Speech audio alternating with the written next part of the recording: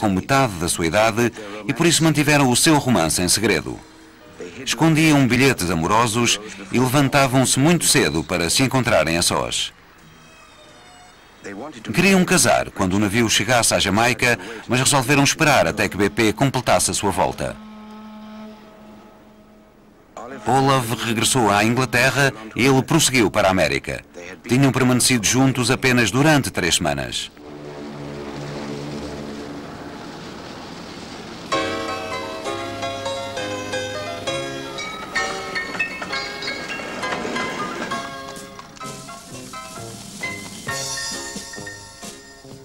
O escotismo atravessara o Atlântico escassos meses após os seus começos na Inglaterra e os escoteiros da América foram integrados em 1910.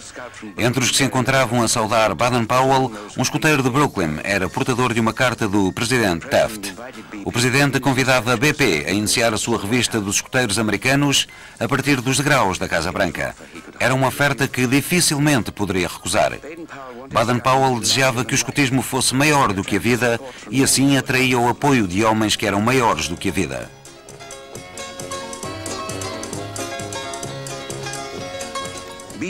Habilmente, BP referia no seu livro os feitos de Teddy Roosevelt e o antigo presidente adotaram o escotismo como uma das suas causas de estimação.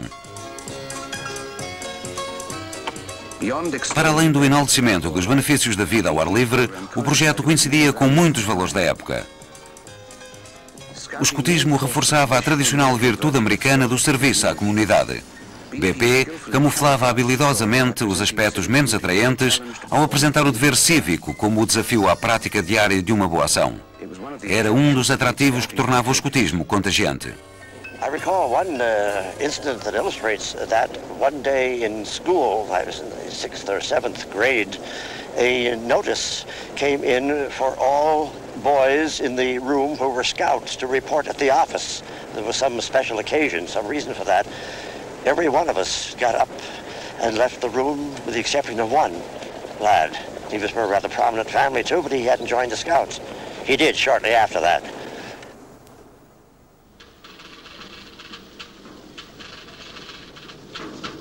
Numa nação que faz do patriotismo uma religião, o programa do escotismo era apreciado pelo amor à pátria que instilava na juventude. Ajudava também a moldar indivíduos eficientes, respeitadores das leis e que trabalhavam bem em grupo, tudo qualidades importantes na América da era do progresso. À semelhança de muitas associações de escoteiros, a da América atraiu o patrocínio dos mais abastados protetores. Em Nova Iorque foi instalada a sede nacional e uma administração central. A América das Sociedades Anónimas criou um escotismo à sua imagem e semelhança. Na hierarquia do escotismo americano, ocupava um lugar proeminente um naturalista bem conhecido, Ernest Thompson Seton. Nascido na Inglaterra e criado no Canadá, adquirira reputação na América pelo seu trabalho junto dos jovens. Em 1902, escreveram uma série de artigos que encorajavam os rapazes a descobrirem os costumes dos peles vermelhas. O resultado prático foi uma pequena organização, os Índios da Floresta. Seton publicou um manual para a orientação das suas tribos 2 anos antes do livro de Baden-Powell, a quem agora acusava de lhe roubar as ideias. O livro de Seton falava dos animais, indicava os seus nomes e gritos de chamamento característicos, ensinava técnicas de aproveitamento da floresta, das madeiras, sempre por meio de jogos práticos. Os índios da floresta ganhavam medalhas pelos progressos alcançados e viviam de acordo com os seus próprios regulamentos, tudo elementos comuns ao escotismo. Baden-Powell admitia abertamente que certas partes do seu programa se baseavam no trabalho de outros. Num banquete em sua honra, chegou a dizer de si próprio que era apenas o tio do movimento escoteiro. Mas não havia dúvida de que era o fundador e o catalisador do escotismo. Os escoteiros de Baden-Powell foram bem-sucedidos onde os índios da floresta tinham falhado. Seton instava os rapazes a regressar à primitiva nobreza, desafiando a modernização. Era remar contra a maré dominante na sociedade americana que abraçou inteiramente o programa dos escoteiros.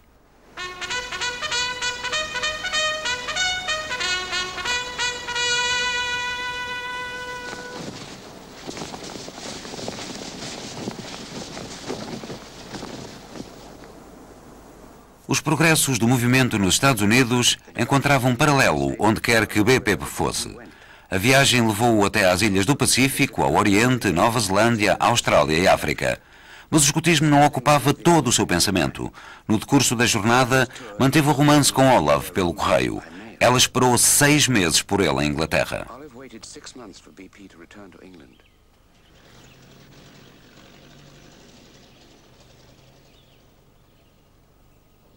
Quando finalmente regressou e se dirigiu à casa dos pais dela, Baden-Powell ofereceu-lhe um anel de escoteiro para oficializar o noivado.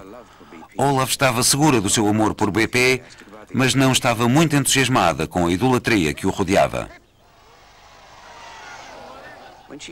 Ao saber que o exército, a marinha e os escoteiros planeavam grandes pompas por ocasião do casamento, pediu a BP que fugissem. Chegaram a um compromisso e restringiram-se a uma pequena cerimónia em família.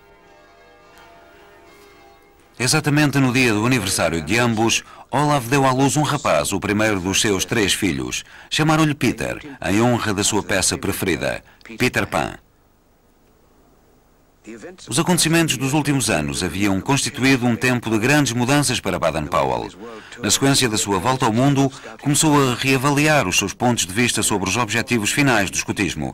Em 1914, começou a olhar o movimento e o seu programa como um modo de favorecer a fraternidade entre a juventude de todo o mundo. Uma aspiração que foi muito abalada pelos horrores da Primeira Guerra Mundial.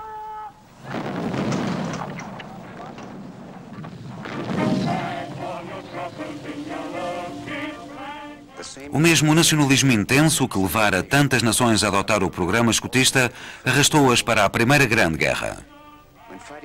Quando as hostilidades deflagraram, Baden-Powell pediu aos chefes escoteiros que mobilizassem os seus rapazes mais velhos para a entrada imediata em ação.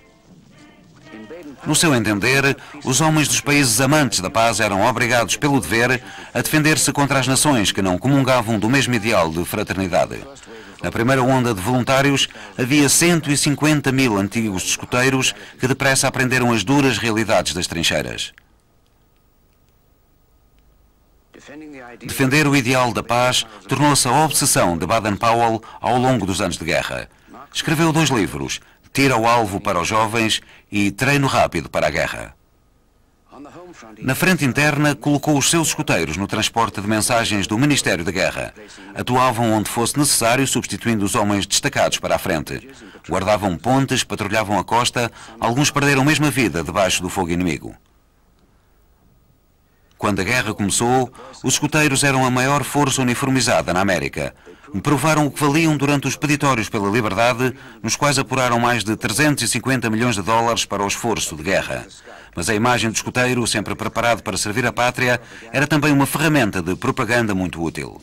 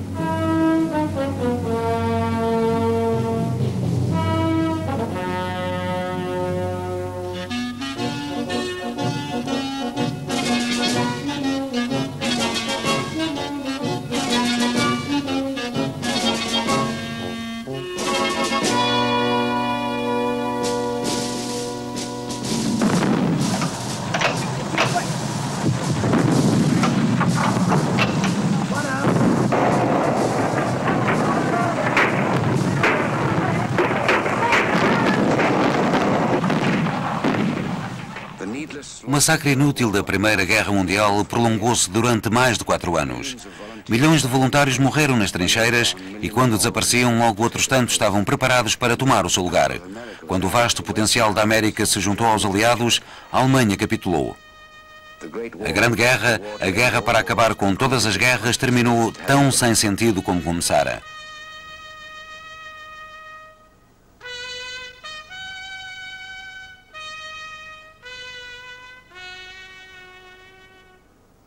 Ninguém ficou imune à guerra, mas poucos terão sido mais afetados do que Baden-Powell.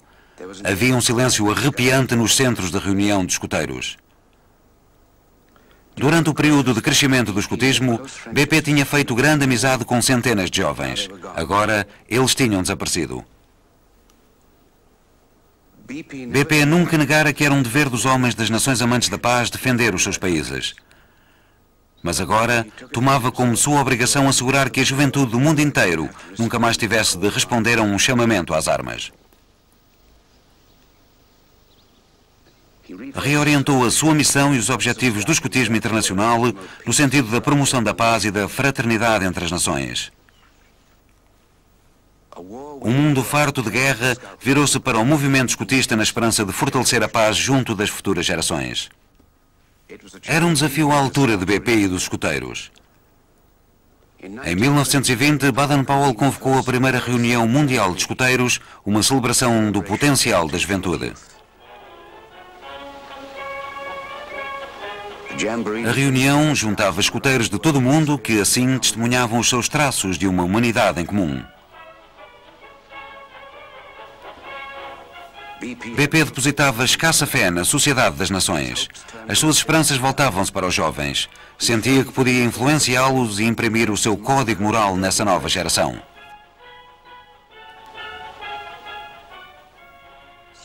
A mitologia escuteira registra que no último dia do Jamboree, um rapaz sozinho aproximou-se de Baden-Powell e deu-lhe o título de chefe mundial dos escuteiros.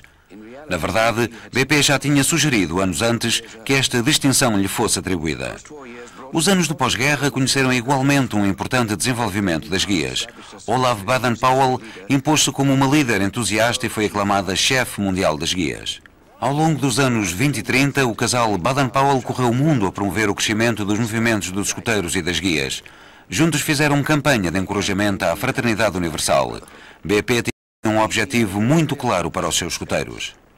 I think he really did feel that scouting could expand throughout the world, because what he was saying to people is, it doesn't matter whether you're Chilean, it doesn't matter whether you're Mexican, it doesn't matter whether you're Indonesian, Australian, British. There was no reason why a moral code shouldn't extend across frontiers to foreign countries, because he'd lived in that sort of environment all his life.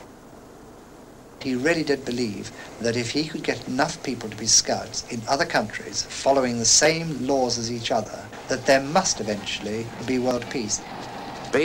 A visão que Baden-Powell tinha para o escutismo não era invulgar na época. Na década que se seguiu à guerra, os planos de paz eram saudados com otimismo e os esforços de BP contavam centros mais prometedores. Em 10 anos, os seus seguidores tinham-se multiplicado 10 vezes, ultrapassando agora 1 milhão. Entre eles estavam representadas todas as raças e credos do mundo que ansiavam seguir a palavra do escuteiro-chefe.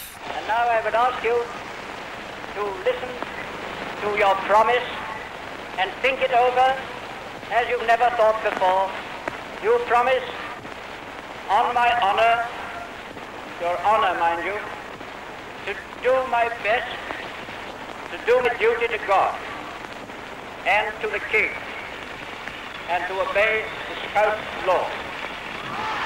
Will you do your best? Answer me.